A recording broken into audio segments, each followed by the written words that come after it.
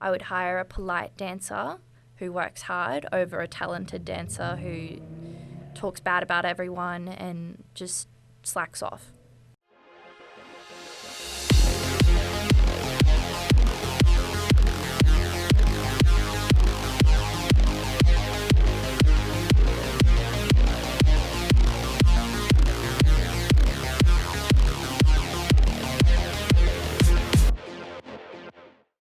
All right. Welcome to the Aussie Ambitions podcast. We've got our guest today, Bree. Welcome, Bree. How are you? I'm good, thanks. How are you? Very good, thanks.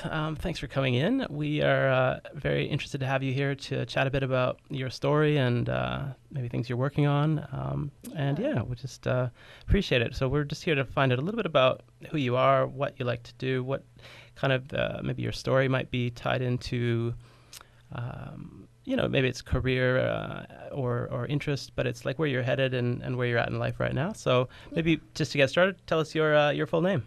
So my full name is Bree Gulyas, but it's a bit hard to say in Hungarian, so you say Gulyas if that's easier. Okay.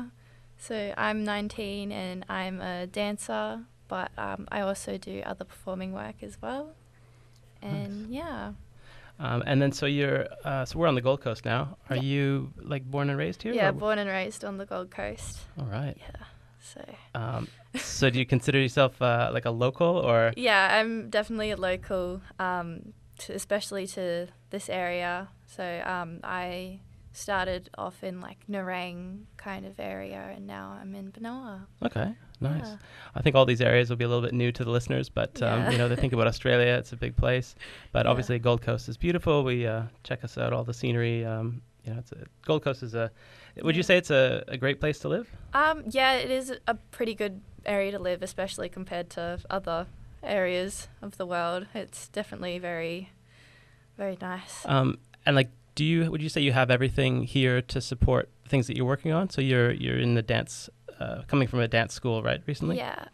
So, like, the training here is really good, but you'd probably have to go, like, more to Brisbane if you want better opportunities, because there are opportunities here. A lot of people come to the Gold Coast for a holiday, and, like, scouts or agents will come here and they might see you, but if you want the best chance, you should probably maybe go Brisbane way or Sydney, and then probably head over to the US eventually. That's kind of like the path I want to take. I want to go Brisbane, Sydney, and then America. Very cool. That's I wonder if that's obviously having a podcast format, it generates a lot of questions. So you might have a lot of people that are interested in how did you get to where you are today, and even just what's interesting is your aspirations. You've already sort of talked about what may be next for you. So can we maybe just cover, so you talked about dancing and performing and maybe acting and modeling, and there's sort of a world there. Yeah. How do you focus your time, these days? How do you prioritize? Where do you want to go first? I have to do a lot of thinking and a lot of like career planning. But pretty much I want to train till I feel like I'm ready for, I want to get more into music videos and like backup dancing and that. So, you need to dance really big and like have amazing performance on your face, rather than like beautiful technique, if that makes sense. And like, so the best way to do that is like, I've obviously started my training in Gold Coast, and then I'm going to where the more opportunities are, kind of building a name for myself in Brisbane, then going to Sydney, building a name for myself in Sydney, then like just kind of hitting like kind of the hot spots and like slowly working my way to the top, if that makes sense. Yeah.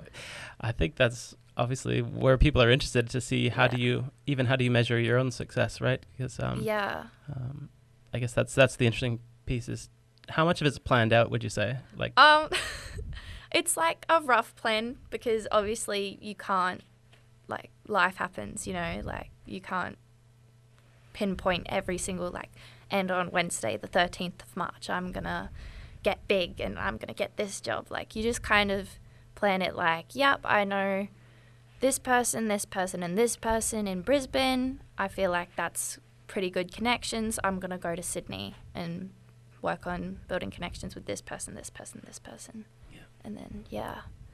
Very cool. Yeah.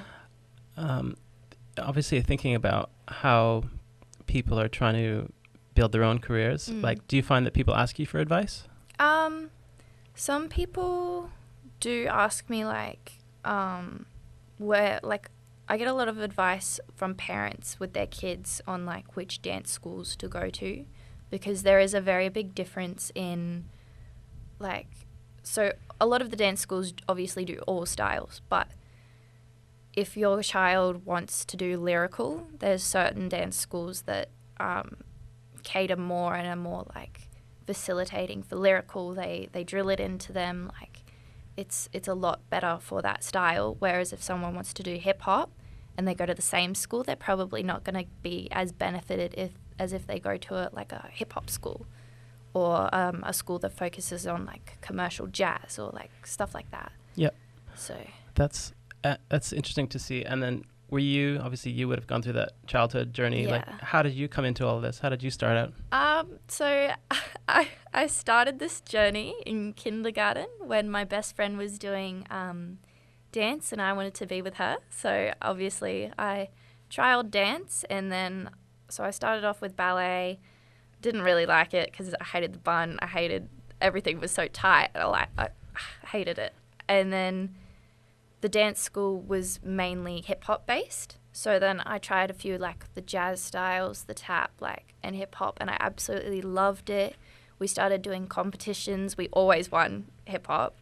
And then I don't remember why I moved dance schools, but a few of us moved to a different dance school, and that one was a lot bigger. They had more connections. They were giving us, like, dance work from a very early age. Like, I think I had my first job at about 10 years old, and I was, like, supporting an up-and-coming artist. She was around the same age as us at Dreamworld, and we were just kind of going around dancing for her, and she was singing, and, like, so that's kind of how that kind of started. And then, like, when I was 12, they'd give us, like, Christmas jobs where I'd be, like, an elf or, like, so a lot of, like, the kind of more on the performance side of work and less on the dance side. Yep. And then when I was around 15, 16, I kind of fell out of, I wasn't really sure what I wanted to do. I was in school. I had a lot of more friends outside of dance than inside of dance, and I kind of, like, lost my way a little bit. And so I went around to a few other dance schools. I went and took classes in Brisbane and other places, and then I found the dance school I'm at now, and I took a few classes there, and then I decided to do full-time there. And so yeah, that was really, this year has been amazing as far as training has gone, because I've just leveled up so much, like, and I've fallen back in love with dance. I've figured out a career path, because that was another thing why I fell out of love with it, because I couldn't see, like, a clear career path. I thought it was like, oh, I'm never going to make it. Like, what is there? Like, I didn't know what job opportunities there were. And then when I started looking, like, to Instagram, and I was seeing people, like, doing dance videos and getting paid to do music videos and stuff, I was like, wow, I want to do that kind of stuff. And then the dance school I'm at now is more like commercial work. So that's all that kind of stuff. And they bring in a lot of people who work in the industry, like, right now. And they give us tips. We take their classes. We learn from them. And it's honestly amazing. So, yeah. That is very cool. One of my questions was going to be around inspiration and just, how do you maybe break through that next level? Yeah. Where you want to be, but it's a big goal. So you're breaking it down into smaller steps and that. So you mentioned Instagram. Obviously, that's kind of still the thing. Yeah. It's like a local, you're looking local for that kind of inspiration, or you'll just look anywhere in the world for? You can look anywhere in the world. So, like, I do have a few people that I really look up to in the local kind of scene. Like, I think he's based in Sydney, though. Like, there's Blake John Wood, and he has amazing choreography. Every time I take his class, I'm just like, oh my God, I wish I could be like that.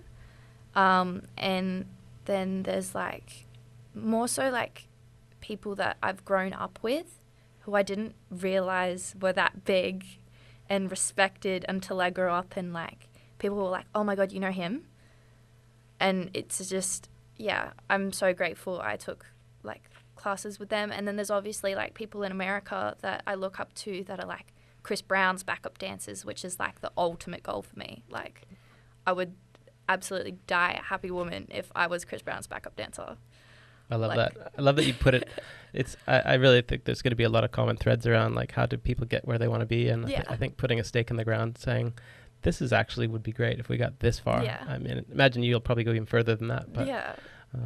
And then so, in terms of like you managing your own career, like do you feel like is it a bit of a solo effort? Like it's you and all you, or? Yes and no. Once you leave the student phase, it's all you and like maybe your manager. But like you can definitely steer your career in whatever path you want to go. But when you're a student, your teachers are kind of there, and they like my dance teacher throws, like she's thrown like, what is it? Like runway dances. So like when you get hired to be at a fashion show, we've done routines that like mimic what you would do if you got that job. And then she's like, if we do something that wouldn't be acceptable on a job, she calls us out on it. And she's like, she just kind of steers us to give us the best chance for our career and in the real world and what you should and shouldn't do. Because it's very like, if you say the wrong thing or you talk bad about someone or anyone really, and the person who's hiring you like hears that and they don't like it, your career can be ended in like an instant. Wow. So it's real practical tips. Yeah. So and it's very cutthroat.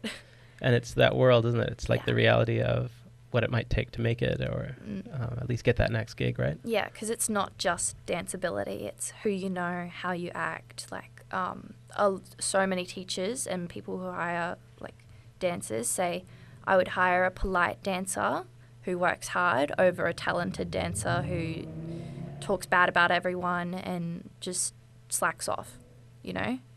Like, it's all about your personality. It's about how you hold yourself, how you're respected, how the world views you. Like, it's a lot more than just dance. That's really cool. I'm really glad that we could get your perspective on the dance. I'm obviously interested in more broad, obviously you live in your daily life and there's lots of these, like the world of technology, does that get into your world at all? Like, I mean, social media is part of it, but... social media is a big part, and obviously when you hand in, so we have like what's called a CV, which is like a dance resume, and you have to put your headshot in there. And so a headshot is kind of like, it's like what you're represented. So you've got to be an individual and a blank canvas at the same time. So like it has to look natural, but it has to be your best shot, if that makes sense. Like it can't really be edited at all. And so like you can't like edit your nose and then show up to a job and they're being like, where's your nose gone? This isn't the person we hired. Like it's, That's, and then is there fees associated with that? I mean, you must have to find a photographer. Yeah. Right. Photographers are very expensive. Same thing with a show reel. That's another kind of like dance resume thing. So it's usually a 1 to 2 minute video, kind of displaying what you can do. And if you don't grab their attention in about the first, I think it was 3 seconds, then they won't be interested in the rest of like anything. And show reels are so expensive. Like I'm pretty sure someone's paid $1,000 for their show reel, and that's just to get work. And like headshots can be $300 to $500. It's really, really expensive.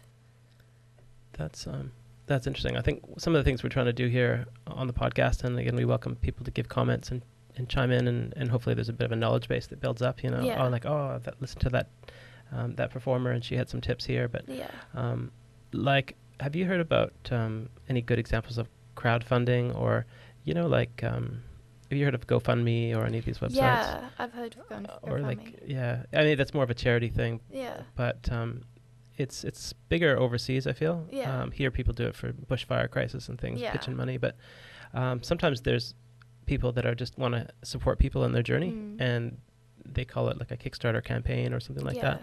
And it's almost like you could just put your goal and the amount that you need to get, like maybe it's a portfolio building. Yeah. And then people can just be like, yep, I want to support Bree on her journey. Yeah. And they throw it. Have you heard of something like that? I've heard of it, but it doesn't really happen here. I feel like people, like, because I've heard in America, like, we don't tip people here. And when people over there, like, some of my friends have gone over to America and been given such dirty looks when they don't tip. And it's like, because we don't know, like, people don't just really give their money unless they, like, really feel for it, or just like kind of a dire need for a cause. Like there was a footballer who, I think he started a GoFundMe for something ridiculous, and everyone just slammed him for it. Like, people aren't really, like, willing to support with money as much, because, yeah, I'm not sure why, but it's just how we are. Okay, well, that's a good I guess perspective on it, because that's how it would work here. And who do you ask first? Probably your people that you know, or people that you know at least are closer to home. But yeah, I guess the benefit of that is that once you get a bit of worldwide exposure, you get people, especially in the dance community, that kind of know maybe somebody that's made it, and they're like, they just want to. It's interesting. I haven't seen a lot of movement in the performing arts area. Yeah. A lot of sometimes somebody wants to develop something new, or it's pursue.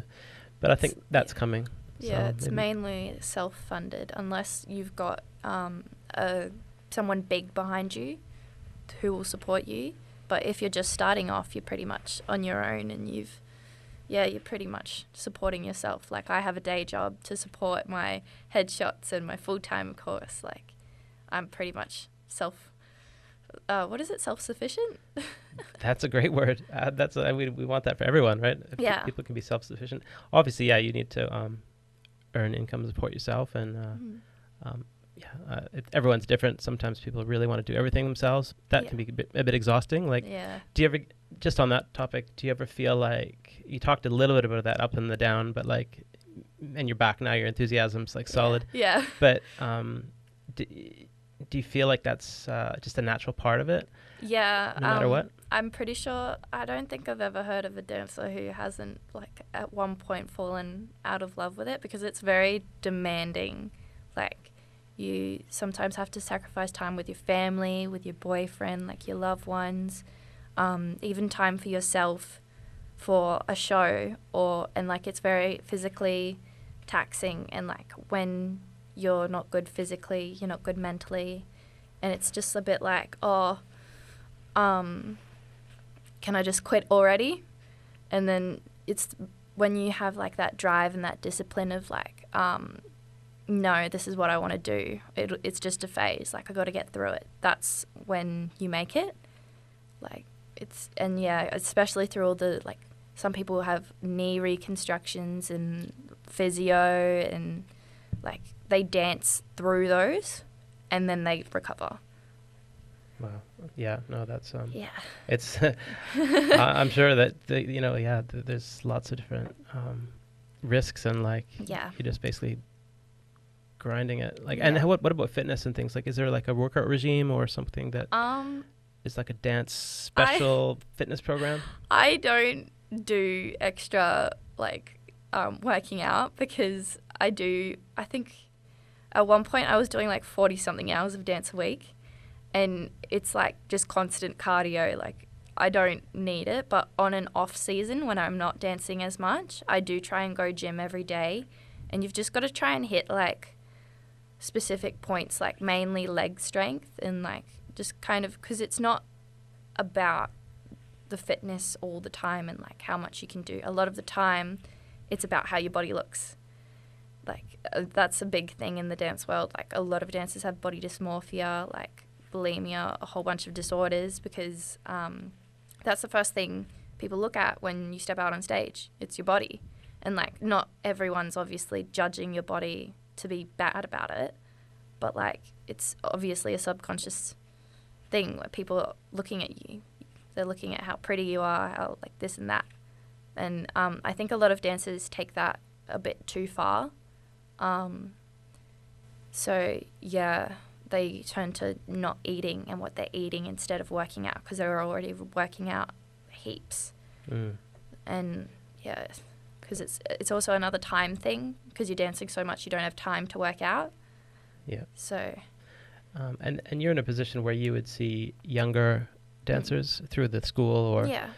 And do you see that kick in at a certain age? Like, I'm interested in the sensitivity around that. Like, you obviously want to encourage people with their talent, right? But you don't want to be I getting those personally, issues. because I've been very, like, screamed at my whole life because of dance. But it depends on the level you're training for. So if you training at a dance school that's a lot of money, it's very highly regarded, they'll probably develop around 10. If you're like if your child's like a bit on the chunkier side, or like not even that, like if they're just like if it's like, you know how children have like baby fat, Sure. and it's like completely healthy, completely normal. Some dance teachers, a lot of the older ones who are kind of stuck in their ways, will kind of like pick on them or like hint that they need to lose weight, and it's a bit like, what the hell? But when it's just like in school, the kids are more there to just have fun and like compete, and it's more so about the dance instead of how they look and like dancing with their friends, being like but it can still kick in. I feel like when it's less training, it kind of kicks in around the high school stage when everyone's kind of worried about that stuff, not so much just dancers, you know? Mm-hmm. So, yeah, because I know, when I was around 10 or 12, a lot of my, the girls in my dance troupe were starting to like go on diets and watch what they were eating, and like, it's really sad. It's quite sad, like, because I never really been uncomfortable in my body, because another thing is you're in like, for lyrical stuff, you're in a crop top and high-waisted undies all day. Like, people need to see your body to be a dancer, so people see like everything, and it's just like, I've never been uncomfortable with that because I've been trained from an early age. It's kind of just normal, you know. But a lot of kids that got picked on who are kind of uncomfortable in that, just Nice. I mean, that's I'm glad that you could share that, because it's obviously, again, I think that a lot of people might be jumping onto some of this kind of discussion would be younger people, you know, especially like just looking to hear a story, a real example. And I'm not sure how much of that stuff's accessible, but and what about the whole dance mums phenomenon? Is that, being an Australian, do you know about that? Yeah, I know dance mums. It's funny because it's true.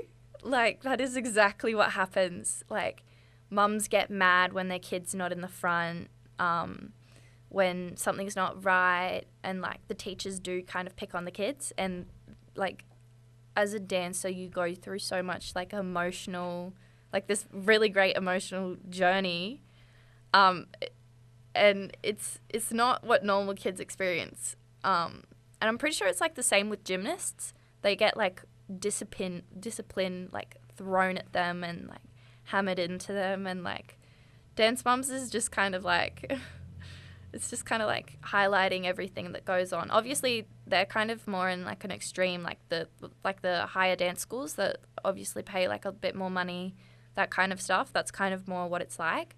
But with more of the dance schools that are kind of more about the culture, it's a lot less drama. Okay. So like when I think dance mums, I think of the USA version. Is that what you picture? Is that the only... Did they do an Australian version of that? I don't know of an Australian version, but yeah, definitely the Maddie and like Kendall and all of that kind of stuff. That's the one I'm picturing. Okay. You reckon anyone in the dance industry would know that? Yeah, a lot of people know dance mums because we get asked about it as well. Is that still going? Is that still a thing? I'm not sure, but I just know, like, when I talk to a non-dancer and I'm like, oh, I'm a dancer, and they go, oh, so like dance moms? And I'm like, look, kind of yeah, but kind of nah. Yeah.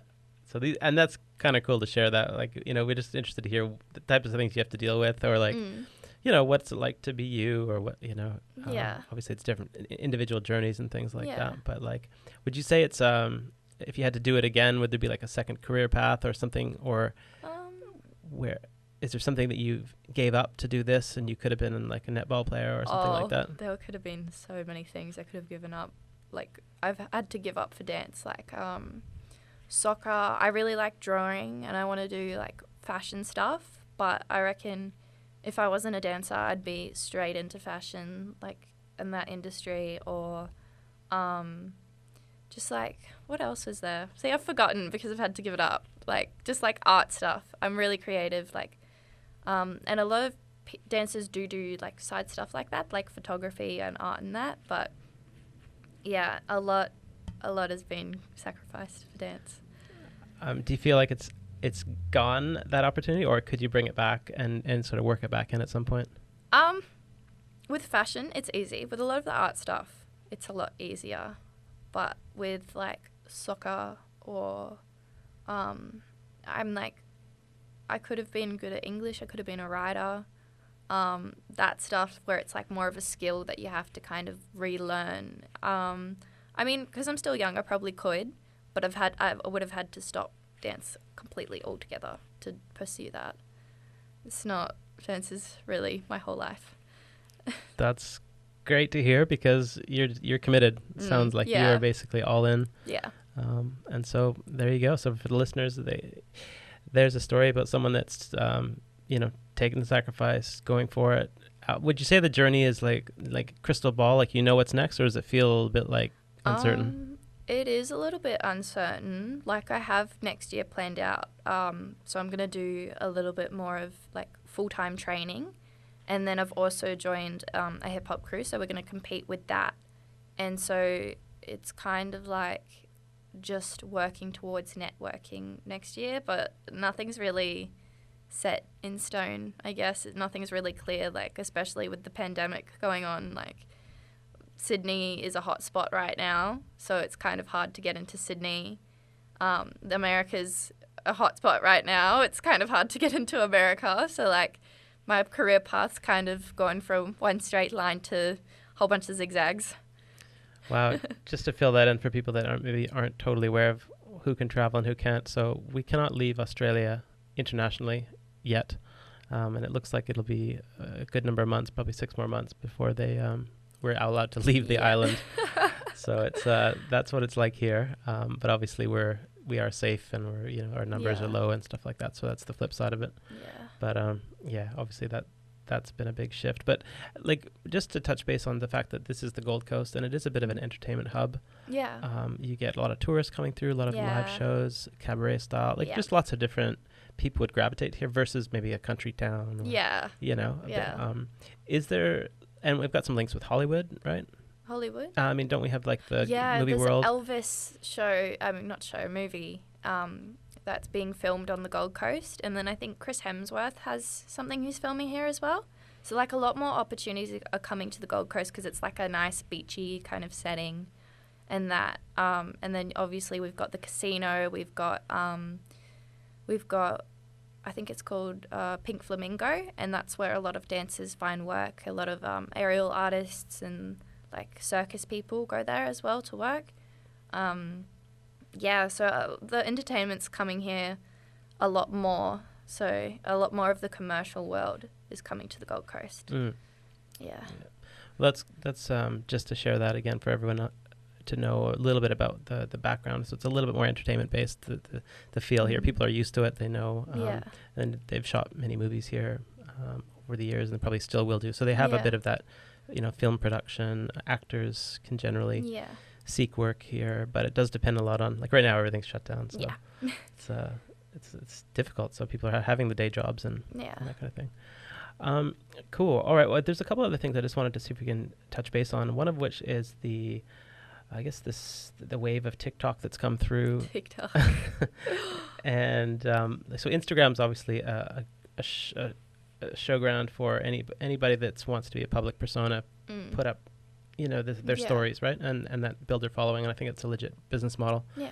I will make sure to get your channel at the end. Yeah. So people can check in on that. But what about alternatives, things that come up quickly, like TikTok kind of blew up quickly here? Yeah, TikTok is definitely very viral here, especially with the younger kids. Like, you literally walk down the street and they're doing TikToks. It's crazy. But yeah, TikTok, there's quite a few apps for dance, and even Instagram's jumping on Reels now, and a lot of people are doing dance TikToks. So I know it was Triller. Triller was really, really popular for a lot of the dancers who've kind of made it, and then everyone went on TikTok, and then I think, didn't it shut down in the US? Didn't it get banned? There was lots of talk about it. I'm not sure where it ended up. I know people are still using it, and I think they've changed governments there now. So. Oh yeah, true. But there's this whole anti-China thing. Yeah. But yeah, and then I think Instagram kind of jumped on it and was like, oh, TikTok's getting banned, so we'll introduce Reels and just kind of steal that idea. And so now I see a lot of dance Reels, and it's really quite cool. They get really creative with it. Okay. And with the group that you're affiliated with, the dance school, are they getting organized in that sense? Would they pull you guys together and say, let's do a group reel, or make sure you guys are doing reels every week, or? Yes and no. So we don't do group reels, but they do film promotional material, and instead of posting it as a video on the feed, they'll put it in as a reel, and they encourage us to kind of create our own stuff and put out reels, put out videos, film stuff from class, and kind of integrate it onto social media to get coverage and stuff, and kind of build up. Instagram's kind of our portfolio, because these days with clients and stuff, if they hire someone, the first thing that they're going to look at after hiring them is their Instagram. Mm-hmm. They'll just search them up straight away, and if you've got half naked photos and all this kind of unprofessional, gross stuff on there, they're going to be oh, okay, and kind of judge you based on your social media. Whereas if they see all these amazing dance videos, they're going to be wow, I've hired this amazing, talented dancer, I'm going to hire her again. So it's so your Instagram's kind of more treated like a business, and we get that really drilled into us as well, that you can't be posting even going out for drinks with friends. You can, but you can't, not too much, and you can't be posting messy photos, pretty much anything that can be seen potentially in a bad light, you can't post. Otherwise, it's a career kind of move, rather than I just want to share something with my friends. You're probably better off getting on a private account with your few closest friends to post stuff, rather than posting it for the whole world and putting your name out on that, because it's very tricky to get out of those situations as well. That sounds like really good advice. I mean, it sounds like the school's really got it together in terms of just helping you think practically about, because it can all go away in an instant, all that hard work and commitment. And it'd be interesting to see if there's other dance communities and schools and things that are also switched on like that. Yeah, a lot of dance schools are like that, and especially I know it's harder with younger kids, because younger kids want to be cool, they want to be popular, and then sometimes they think the wrong thing is cool. And if they kind of look older and then that pops up later on in their career, it just kind of ruins it for them, especially because I was born without social media. I kind of grew up without it, but a lot of kids today have had social media since they were 4, and so when they're growing up and they're kind of seeing all these Instagram baddies or Fashion Nova stuff, and they're oh, I want to be like that, but they're on a dance career, and then they're super young as well, and they're trying to be like that. It's just, it gets really bad for them bad for their career. And also, like, there's all these creeps on the internet, like, looking at, it's a very sensitive topic. And a lot of dance teachers, like, you just know when you're older, you know that doesn't get you the right kind of attention, doesn't get you the right kind of publicity, not the right kind of look. Whereas kids don't really understand that. So you kind of just got to save them before they do it, if that makes sense. Yeah. Oh, wow. That's, and you do have, part of being a dancer, you got opportunities, right, to like be a teacher or. Yeah. And is that something you've done? Yeah. So I've taught aerial before. At the moment I'm teaching jazz and hip hop. With our dance school, you can teach what's called Ready, Set, Dance. And it's like for like 2-year-olds. And they come in and they dance and they have fun and like it's really quite cute. But yeah, you can have like assisting before when you're kind of like training and you haven't really built a name for yourself. I've gotten this advice before, the best kind of way to get into teaching is, or like to get to know someone and network with them is ask to be their assistant. An assistant choreographer, an assistant during a class, because then you're learning how to teach and getting like exposure at the same time, networking at the same time, and then if you build a relationship with them like well enough, then you will get opportunities through them, and you'll start learning how to take your own classes and like kind of stuff like that. Yeah. That's cool. Okay, very good. Yeah, I think that's it's interesting to do that and follow that. And do you think schools is the only way that people can develop, or is there a bit of a self-taught avenue where people are like, all right, I want to be a dancer, I'm going to watch lots of YouTube videos and I'm just going to put in the time? What do you reckon? You can do that. It's very rare that you'll make it purely because you don't know anyone. It's very network based. It's very who knows who. Like, even if you say you learn off YouTube videos, you become a dancer, like, and then you see someone and you go, oh, they're going to this party, I'll go to that party and show them what an amazing dancer I am. It's kind of hard because you can't really just go up and talk to them. You've kind of got to work your way up. Whereas, not to say you can't do that. Like, if you're really passionate about that, you're going to try and do that on your own. But if you take a few classes, you meet some people who know people, like you learn off a choreographer, you develop a relationship with that choreographer, then that's when your career kind of develops. And a lot of people still regard ballet training a lot, like to show that you have background training even from a young age. Like say you were, 6 and you did a ballet exam, that still shows that you've had technique training. Like, so if you're passionate about it, you'll do it on your own, but I'd suggest taking some classes. You don't have to go to a school necessarily, but definitely taking classes. And that's not to say that there's not a freestyle scene. Like, a lot of hip hop developed from the street. So, like, if you go to, we have jams here, which is like a free session where you go in and you freestyle. And, like, that's where a lot of the people who kind of raised me, that's where they're going now. They're going to these jams. There's some here, there's some in Brisbane, and you, like, just meet people, you have fun, you dance, and, like, it's more of a social event. And then when they get jobs, they'll go, oh, I remember this person from that one circle. I'll try and get them in on this job, you know? So it's more so exposure. Once you've got the talent and the drive, you need exposure and networking. Wow, and that's kind of what I'm working on mostly now.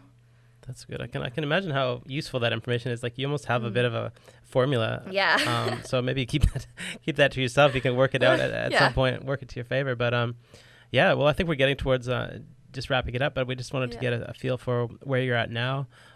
In a year's time, I just want to get a feel for where you might be at. So, you're definitely on the rise, I feel, but where do you think you might be at in a year's time? In a year's time, I would have been doing competitions. I hope to have gotten a name for myself more in the Brisbane street scene, and I hope to have done like a professional kind of dance video for someone like Blake John Wood or someone like that, who's very big in the commercial scene around here. Very cool. So that's what I hope. Not sure if it's going to happen, but who knows? 2021, hoping it's a lot better than this one. Everything you can control. Yeah. That's the key. Very, very cool. And then from a commercial point of view, like obviously if there's a contract that landed in your lap, what's a nice sweet deal that might be you'd sign up to right away? If it was a modelling contract, if it was what's an Australian band? Let's say it was Veronica's. If it was dancing for the Veronicas at the VMAs, something like that, that would be perfect to start off my career.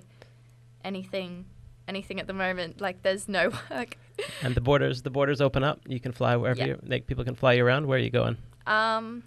Borders open up. I am going straight to New York. Okay. That is my favorite. Have you been there yet? I haven't been there yet. That is the number one spot on my bucket list. I want to go straight to New York. The street fashion, the people, like everything. I just want to be there.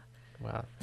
So New York versus LA. It's still New York. LA I've heard it's very saturated with work. I've heard New York's the place to be. Very good. So, yeah. We'll open this up and see if people can guide. They may have some things to say, but you never know who's out there, and that kind of thing. What about Asia? Have you traveled through Asia at all? I've been to Japan. Absolutely love Japan. 10 out of 10 would recommend. People are amazing. Food's amazing. And I haven't danced there, but I would really love to go there and try it out. I don't know too much about the Asian scene. I actually have met someone who's quite big over there, and he's Australian, and I think it's quite good over there. I just don't know much about it, but I know a lot about American dance scene. That's interesting to hear, and I think that's what we'll check back and see. A lot of the guests that we'll be meeting is people that are working on something and they're so focused on it and that immediate goal, but they maybe haven't really considered yet that there'd be a whole audience way over here that would just be that would be ready to take you up in a heartbeat. But it's just making that connection. Those international connections are obviously not that obvious.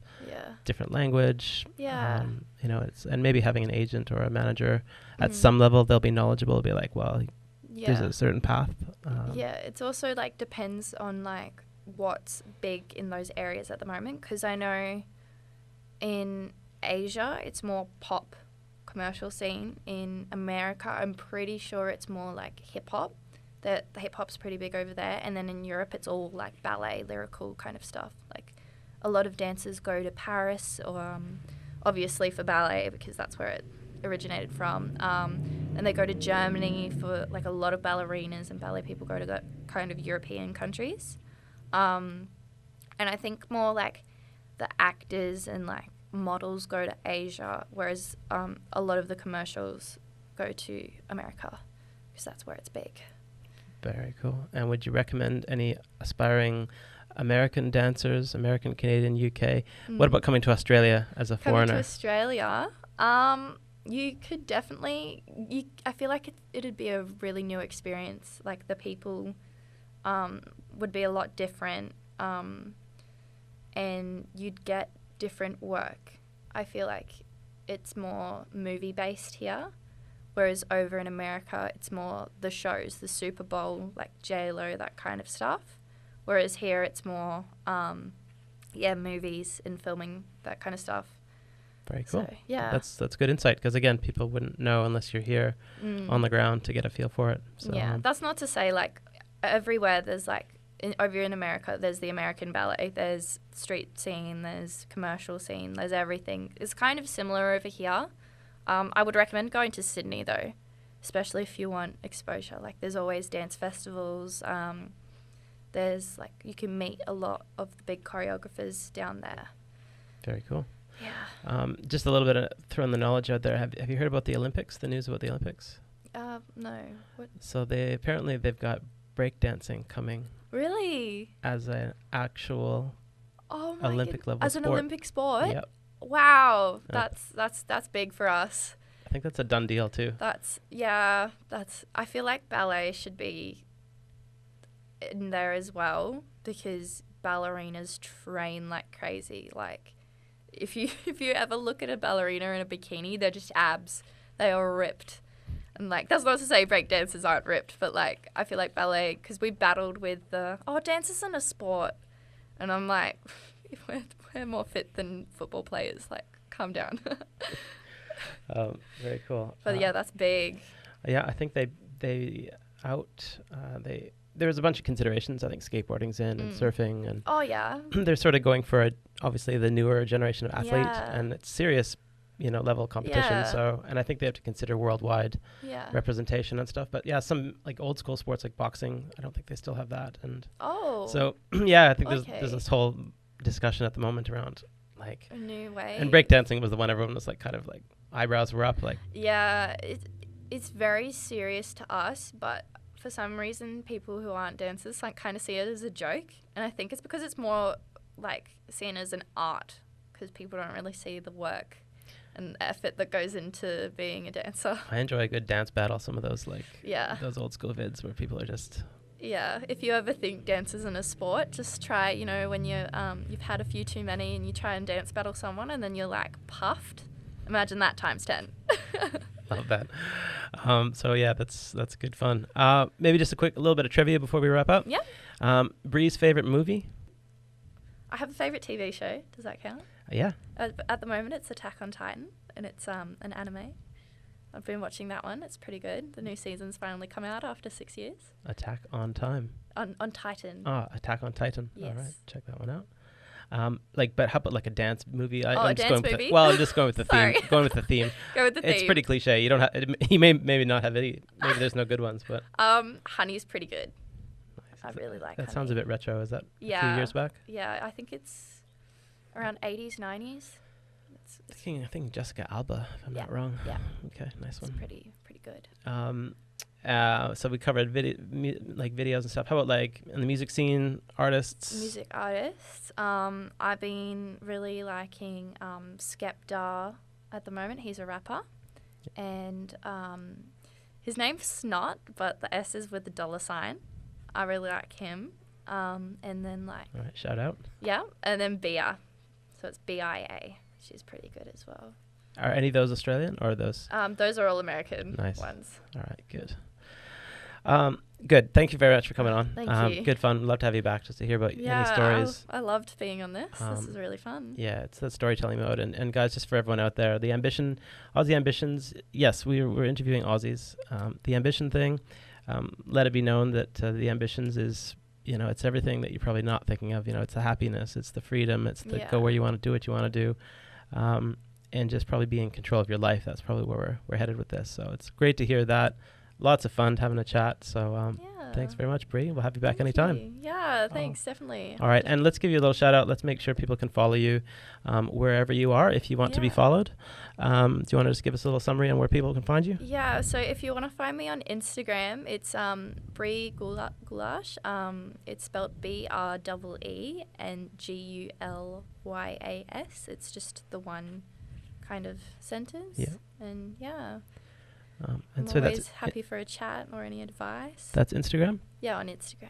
All right, sounds good. We always encourage people to get themselves a website or something like that, just in case accounts get blocked or banned. Yeah. It's always tragic. So these days, but good on you. So we know the name. We can we'll Google you. How's that? Yeah, just Google me. We'll find you. Nice work. So keep up the great work. Thanks very much for coming on. Thank All right. you. Talk to you.